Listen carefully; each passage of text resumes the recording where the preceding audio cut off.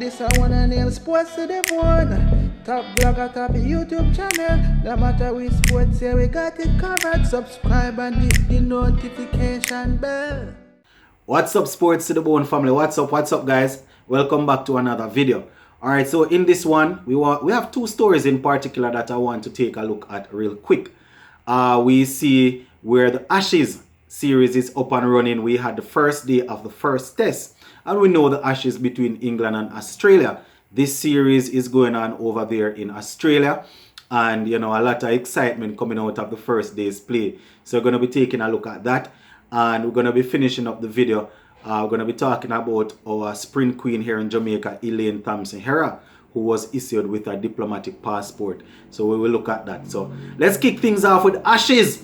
Alright, so the first over, the first ball of this series, a statement was made by Mitchell Starc as he was able to bowl Burns. You can call it down the legs or around the legs. It was a pretty average looking shot from Burns. I am not a big fan of his technique, but in terms of what a man do to score runs, you know, once the runs is coming, you can't really knock them.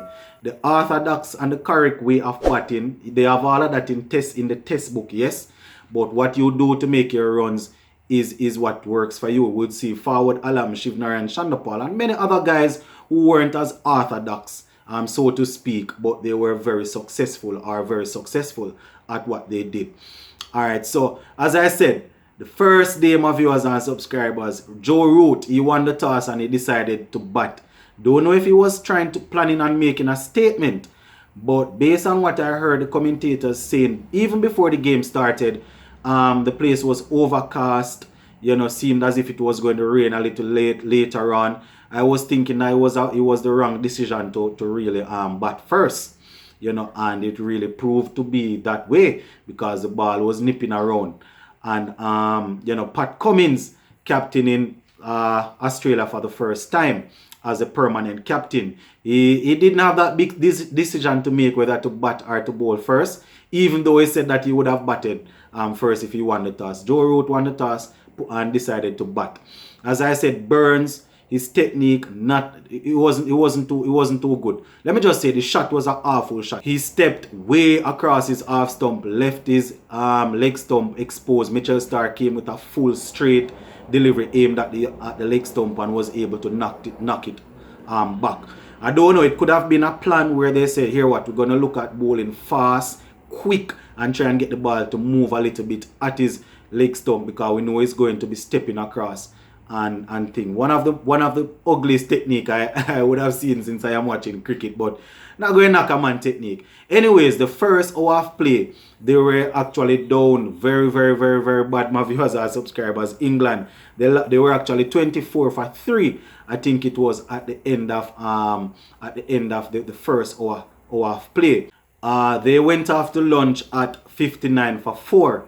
59 for 4. So we're talking about Burns, Milan, Joe Root, you know, all of the guys that you expect to really settle down and bat. Ben Stokes coming back in. He was looking really positive. He was defending. He was going out on the front foot and stroking the ball. So, you know, he was looking as if he wanted to play one of those Ben Stokes innings, you know, where he come in, get himself set and then look to counter attack. He wasn't to be. He was squared up eventually and edged off. I think Marnus Lamachet took that catch. You know, so at the end of the day, they ended up getting bowled out for 147. Yeah, man. I must say shout out to Mahmood and Oli Pope, two youngsters coming in. They really look to rebuild the innings because if it wasn't for them, I'm not sure if England would have even got that far. 147 for 4, then down came the rain. So that you know, that is even going to put Joe Root's decision under more scrutiny because the rain came down. The conditions, the place was cool. Based on what I gathered, the ball was moving around and then the rain came. So, you know, it was really difficult. It was a really difficult first innings for England. Pat Cummins captaining Australia, as I said, for the first time as their permanent captain. He bowled well. He actually picked up 5 for 38. Was not required to make that big decision, as I said, whether to bat first or bowl first. You know, so things worked out well for him. He rotated his bowlers nicely. Mitchell Stark did his thing. Josh Hazelwood did his thing. Nathan Lyon still need one more wicket to get to that figure that he has been chasing down close to 1 year. So he will be looking to pick up a wicket in the second inning. So I'm just gonna go through quickly, guys, and let you know exactly how it went. As I said, for lunch they went up to 59 for 4 and thing like that. So Cummins 5 for 38, Stark got 2, Hazelwood got 2. So let me just go through the scorecard so you guys can hear exactly how things went down. So as I said, Burns, he didn't score. He went off the first ball of the day, stepping way across his half stump, giving Mitchell Stark a big target. Hamid, he really looked good, my viewers and subscribers. He got 25 of 75 deliveries. When wickets were tumbling around him, he was looking solid. He didn't score that quickly, but you know, he sort of stable the thing. Malan, he got 6. You understand? Joe Root didn't make any runs, faced 9 deliveries. Ben Stokes 5 of 21. So he was looking to stay out there, but it didn't work out at all. And in the, you know, he got a 4. Really good looking shot. Oli Pope got 35 of 79. So as I said, he's a youngster that I really like him as a youngster. The first time I heard about him, I think it was Ian Bishop that was talking about him, saying that this guy is a very good cricketer. If he can get his act together and really put together some consistent performance, you know, then he should be a force to be reckoned with. He's currently batting at number 6, but I can guarantee you that if he continues to perform or if he improve, you know, in the near future, he might be a number 4, number 5 batsman, even down to number 3. Who to tell? Melan is definitely a number 3 based on how he plays. Then Joe Root is batting at 4. I really like Joe Root as a number 3 batsman, you know, but I guess he's just playing that role now, you know. And then Butler, hold on. So we had Joe Root, Ben Stokes, we gave a dose. Butler, he got 39 or 58, the wicket keeper. So a fighting knock from Butler, as per usual, trying to do his thing. Chris Wokes got 21 from 24. Ollie Robinson didn't score. Mark Wood got 8. And Leash got 2. Mitchell Stark 12 overs, 2 maidens. He gave away 35 runs, took 2 wickets. Josh Hazelwood 13 overs, 4 maidens, 42 runs, 2 wickets. Cummins, he was the pick of the bowlers, 5 for 38 off his 13.1 overs. Nathan Lyon, he bowled 9 overs and he didn't pick up a wicket. Cameron Green, sorry, the big all-rounder, he got he bowled 3 overs and was able to pick up a wicket. So there you have it, my viewers and subscribers. That is what you know, that is how day 1 went. As I said, you know, from a general point of view, it is expected to be a good test, first test. But you know, boy, I tell you, England, they really let themselves down on day 1. And a couple of big decisions that I heard the commentators talking about. You know, they were saying that Joe Root and the coach, they should be looking to play 2 of their best bowlers or their most experienced bowler, in Stuart Broad and, you know, Anderson.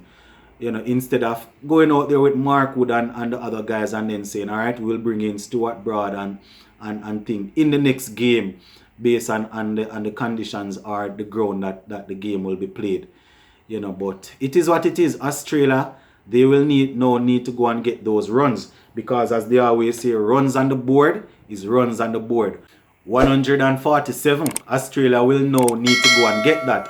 But the good thing about it, where Australia is concerned, is that they have a pretty strong batting lineup. So if the top order fails, then you will expect a couple of the guys to come in and to really do something. So let me just go through the batting order or lineup for Australia for you guys. So David Warner, Marcus Harris, Marnus Lamache, Steve Smith, and they have, after Steve Smith, Travis Head, Cameron Green, Alex Carey, Pat Cummins, Mitchell Stark, Nathan Lyon, Josh Hazelwood. Now, in all honesty, I wanted to see Usman Khawaja in that team. You know, I was thinking that he could have gotten in the team probably over Travis Head. You know, everybody think that they have their own opinion. Travis Head, Marcus Harris, I was thinking Usman Khawaja can play any of those roles. He can probably open, but at number 4 or 5, you know, anywhere there about. But it is what it is. The team has been selected, and these guys will just need to go out there, hope that the rain stays away, get that 147, see what amount of lead they can build up, and then England will have themselves to blame based on what would have happened. I mean, it was some good bowling. We had some good bowling from Mitchell Stark, and we had some good bowling from Pat Cummins, but a couple of the guys basically gave it away. I actually stopped watching at lunchtime. You know, I was waiting for the lunch period to over, but I didn't hold out. But based on what I saw, Malan, he gave away his wicket. You know, Joe Root getting out, nicking away again as usual. Let me just give you the way in which the wickets fell. So but Burns, as I said, he was bowled. Hamid, he got caught by Steve Smith of the bowling of Cummins. Malan, he got caught by Carey of Josh Hazelwood. Joe Root, he edged off to David Warner in the slip region. To Hazelwood once again. Ben Stokes, Marnus Lamachy took a very good catch off him. Pat Cummins was bowling. Ollie Pope, he got caught by Josh Hazelwood. And we had Butler. Butler was caught by Alex Carey of Stark. Wokes, he was dismissed by Pat Cummins. Ollie Robinson was dismissed by Cummins, and Wood was also dismissed by Cummins. So Pat Cummins, as I said, doing extremely well. So it's gonna be a good watch later on. You know, I really wanted to see this Australia unit out there on the field. It's very difficult to select between both teams, you know, because, you know, as West Indies people, we don't really support England or Australia, you know. But if I should choose, I would maybe, but it's really tough to say this, you know, but I would maybe want Australia to edge it over them. Really tough to say, but, you know, I really like Marnus Lamachy as a cricketer. I like how Steve Smith conduct himself as a batsman. We know the whole Halabaloo and saga that he went through, but I like him as a test batsman. So these guys, I want to see them, you know, I want to see them stand apart from the others. So, yeah, man, later on, definitely going to be staying up and taking a look at the guys out there going at that 147. So that is basically how day one went, my viewers and subscribers. You know, so if you have any comment, you can go in the comment section and let me know what you think about it. Now, the final thing that I want to talk about is our sprint queen, Elaine Thompson-Herah, right? She was actually issued with a diplomatic passport. We in Jamaica here, we call it the red book. Yeah, man. So I guess she would be able to travel. Yeah, not saying that she would have encountered any harassment or anything like that, but, you know, to be given a diplomatic passport by your country is indeed a very good achievement. So shout out to our sprint queens. Big up on yourself, peeps. Remember, later on we'll go live in around about 6 p.m. so we can talk some cricket. All right, little more, my peeps.